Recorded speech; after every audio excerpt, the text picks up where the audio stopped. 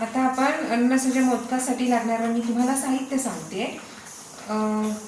हे खोबरं घेतलं आहे 1 वाटी, ही अर्धी वाटी अननसाच्या फोडी घेतल्यात, वेलची कुटून घेतली आहे, अर्धी वाटीपेक्षा जास्त गूळ घेतला आहे, कारण अननस थोडंसं किंचित आंबटपणा असतो अननसात, त्याच्यामुळे मी जरा गूळ जास्त घेतला आहे, आणि चवीनुसार मीठ. हे झालं सारण करायचं साहित्य. आता मी तुम्हाला पारी बनवायची असते मोदकाची, त्याचं साहित्य सांगते. इथे आपण मोदकासाठी तांदळाचं पीठ घेतलं आहे, 1 वाडगं घेतलं आहे, त्याच्या अर्ध्या मापाने हे पाणी घेतलं आहे, आणि चवीनुसार मीठ घेतलं आहे, तूप घेतलं आहे, आणि हे मैदा मी पाऊण वाटी घेतला आहे, कारण मैदा घातल्यामुळे मोदक वळायला सोपे जातात, चिकटत नाही, त्याच्यासाठी मी पाऊण वाटी मैदा घेतला. कढई तापवून घेतली आहे आपण, त्यात 2 चमचे तूप घालून घेऊ.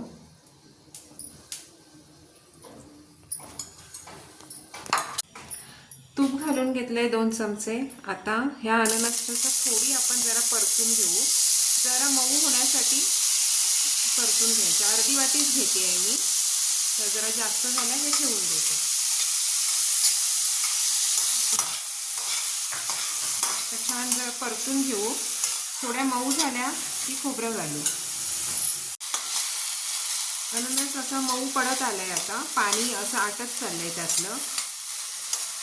आता 1 मिनिटभर आपण असं छान परतून घेऊ. आता हे 1 वाटी खोबरं घालून घेते.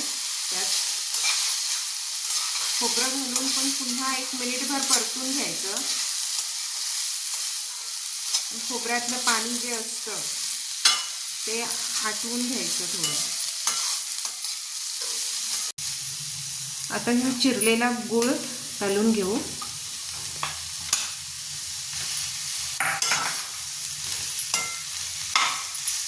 आपलं सारण तयार होत आलंय. आता यात अगदी चिमूटभर मीठ घालूया. गोड पदार्थात थोडंसं मीठ चालतं, चव छान येते. 1 मिनिटभर अजून मिसळून घेऊन आपण वेलची पावडर टाकून गॅस बंद करू. आपलं सारण तयार आहे. आता आपण त्यात कुटलेली वेलची घालून घेऊ.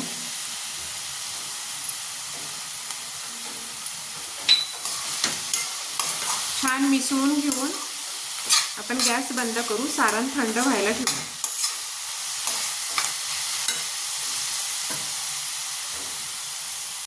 आता आपण मोदकाची पारी बनवणार आहोत, त्याच्यासाठी तयारी करतोय. गॅसवर एक पातेलं ठेवून त्यात मी पाणी गरम करत ठेवते. आता पाणी उकळलेलं आहे, त्यात आपण चवीसाठी चवीपुरतं मीठ घालून घेऊ.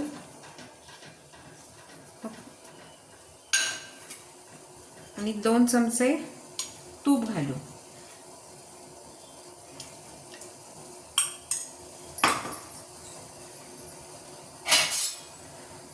आता यात आपण हे घेतलेलं तांदळाचं पीठ घालू.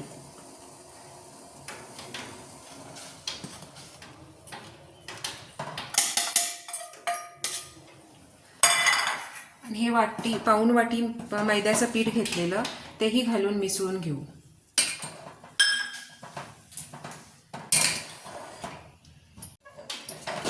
तर चांगलं पीठ मिसळून झाल्यानंतर गुठळ्या राहू द्यायच्या नाहीत.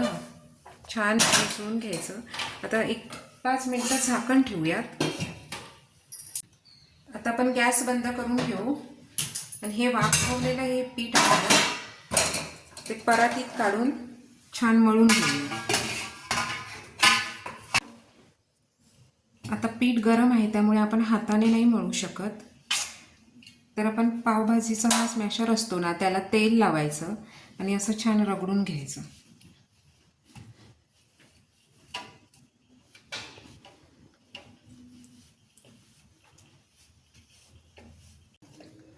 आता आपण हे हाताने पीठ मळून घेऊ. पीठ छान मऊ झालेलं आहे, तरी पण मला जरा जास्त मऊ लागतं पीठ, त्यामुळे मी थोडं पाण्याचा हात लावून अजून मळून घेते. मऊ असेल तेवढं पारी बनवायला सोपं जातं. आता हे पीठ मी घेताना जरा जास्त घेतलं होतं, कारण मला आज ह्याच्या भाकऱ्या, उकडीच्या पिठाच्या भाकऱ्या करायच्या होत्या म्हणून. तर हे मी थोडंसं पीठ बाजूला काढून ठेवणार आहे आणि थोड्या पिठात म्हणजे अर्धं ठेवते पीठ बाजूला करून, आणि ह्या अर्ध्या पिठात मी थोडी हळद घालून घेणार आहे. पाव चमचा हळद घालून हे मोदकाचं पीठ पुन्हा मळून घेते. अननस कसं पिवळ्या कलरचं असतं ना बाहेरून, तर तसं अननसाचे मोदकही तसेच दिसावेत म्हणून या पारीमध्ये मी थोडंसं हळद घालून घेतली आहे. आणि छान हळद घातल्यानंतर मात्र चांगलं मळून घ्यायचं, एकजीव सगळं पीठ झालं पाहिजे. आपण छान पीठ मळून घेतलंय, तर हे थोड्या वेळासाठी झाकून ठेवू. थोड्या वेळाने आपण पुन्हा मोदक बनवायला घेऊ. आता आपण झाकून ठेवलेलं पीठ हे असं पुन्हा एकदा मळून घेऊ, जरासा पाण्याचा हात लावू आणि मोदक वळायला घेऊ. आता आपण या गोळ्यामधून हे छोटे छोटे गोळे असे काढून घेऊ. असं तुपाचं एक बोट असं लावून छान हातावरती असं मळून घेऊन पाऱ्या बनवून घेऊया. आता असा हा छोटा गोळा घेऊन जरा बोटांना तूप लावून घ्यायचं आणि अशी पारी बनवून घ्यायची. आता मी मैद्याचं पीठ का घातलं ते सांगते बघा. हे पारी बनवताना जराही चिकटत नाही आहे हाताला, असं अगदी अलगद आणि छान एकसारखी पारी बनते. आणि पातळ पारी येते हा छान बघा.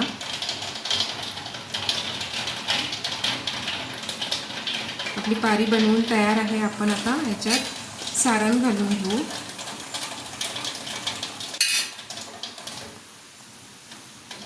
आता हे सारण घालून घेतलंय मी.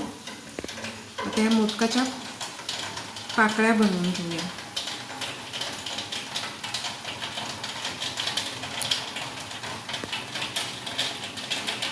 सारण बनवताना जर तुम्हाला वाटलं अननस अजून हवा आहे म्हणून, तर तुम्ही घालू शकता. म्हणजे आपण प्रत्येकाने आपल्या आवडीनुसार करावं.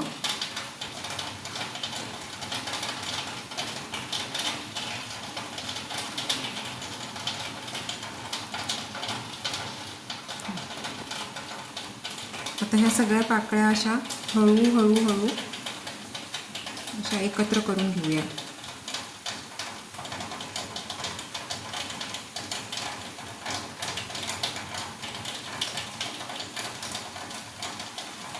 झाला आपला मोदक तयार. आपण आता इतर पिठाचे मोदक असे तयार करून घेऊ. मोदक वळून तयार आहेत, तर आता आपण त्याला उकड देऊया. आता आपण मोदकांना उकड देऊ. उकड देण्यासाठी मी एक पातेलं घेतलं आहे, त्यात थोडं पाणी, पावभाग पाणी ठेवलं आहे आणि ही जाळी ठेवली आहे मी अशी. तर त्यावर आपण आता केळीचं पान घालून घेऊ.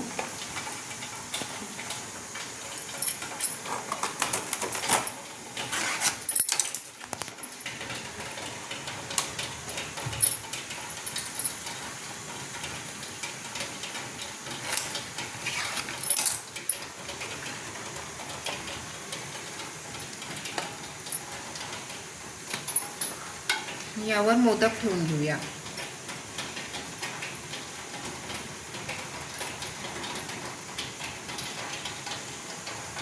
थोडं अंतर ठेवायचं, नाहीतर ते चिकटतात.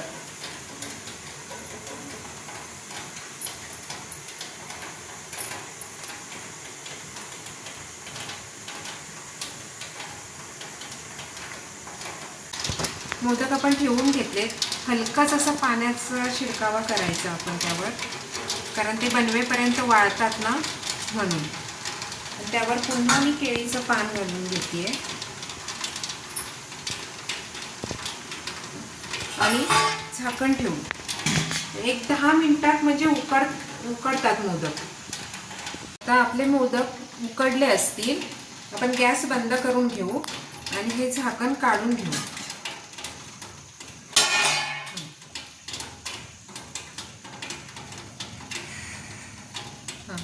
मोदक आपले तयार आहेत. आता आपण मोदक काढून घेऊ. थोडासा पुन्हा पाण्याचा हक्का मारू म्हणजे सुटण्यासाठी. आणि असे छान मोकळे करून घेऊया.